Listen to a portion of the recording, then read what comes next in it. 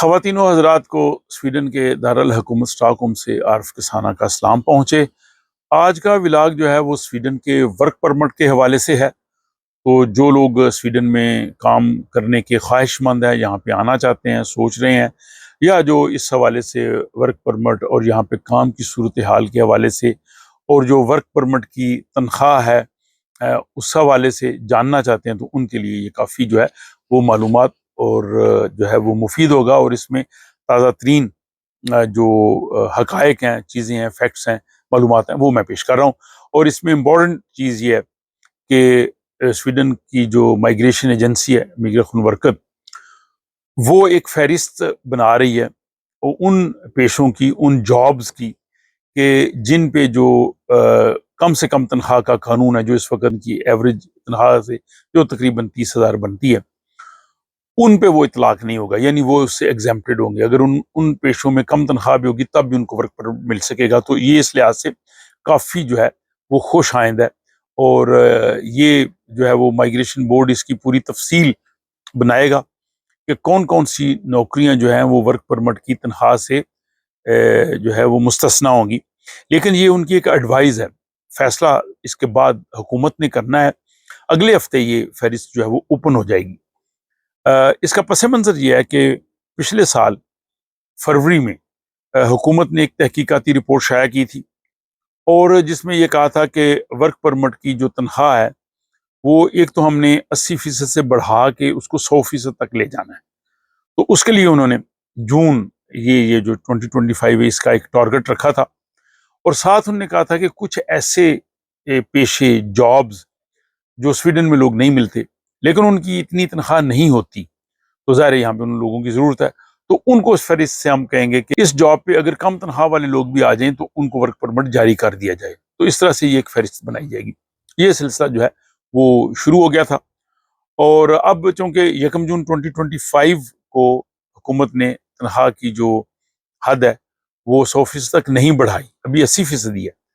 تو یہ آرام سے ایسے گزر گئی ہے۔ تو اس میں حکومت نے اب کچھ آگے اس کو کر دیا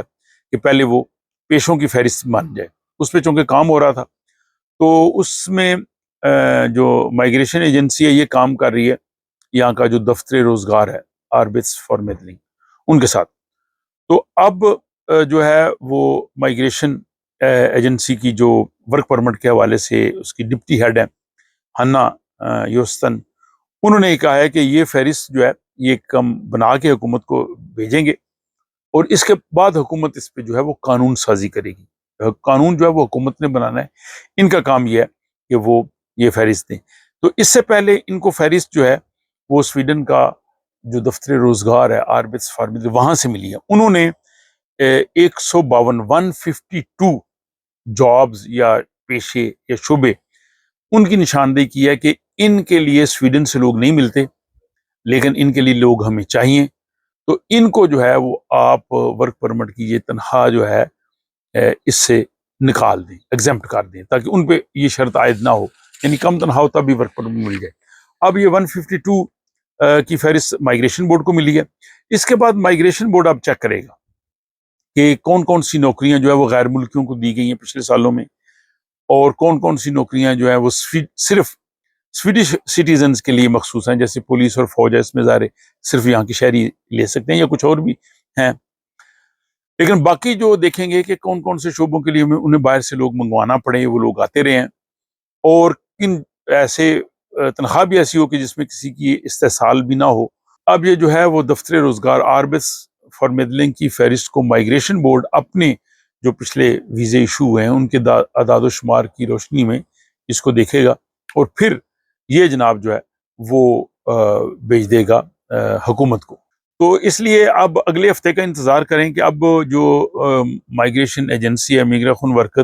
یہ جو آربٹس فار میڈلنگ نے 152 جو نشاندہی کی ہے پیشوں کی، جابز کی، کیا وہ یہ سارے رکھتے ہیں یا اس میں کمی بیشی کرتے ہیں، تو اس سے سارا اندازہ ہو سکے گا کہ کون کون سے ایسے پروفیشنز ہیں جو ورک پرمٹ کی اس تنخواہ والی شرط سے مستثنیٰ ہوں گے۔ تو ظاہر کچھ نہ کچھ لوگ تو ہوں گے، تو یہ ایک خوش آئند چیز ہے کہ اس پہ کچھ لوگوں کو جو ہے وہ شاید جاب جو ہے وہ اس طرح سے آسانی سے مل سکے، تنخواہ کی یہ شرط نہ رہے۔ تو جو ہی